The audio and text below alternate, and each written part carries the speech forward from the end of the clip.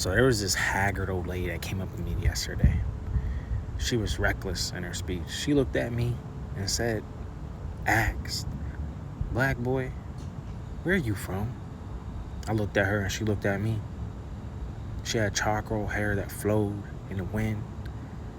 She was serious. So I nodded and I said, "Nowhere." She squinted at me with tiny, black pebble eyes and repeated, "Nowhere." I looked at her and she looked at me and I said, "Yeah, nowhere." Lady pondered for a second. Then she reached out a withered hand and said, "I'd like to go there." I looked around to my right, my left. Then I took her hand. I figured, why not? It was wet though, slick with sweat. I didn't care none. So I took the old lady.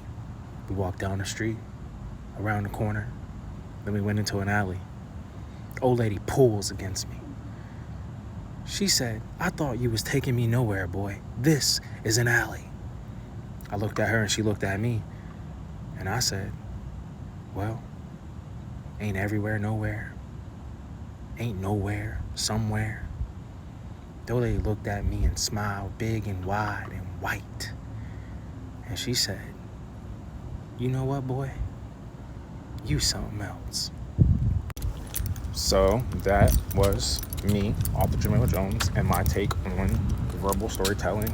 I think verbal storytelling is important. I think it can help you craft ideas and come up with things. But if you guys like that story, give me a like and follow. This is Author Jamil Jones. Check out my books.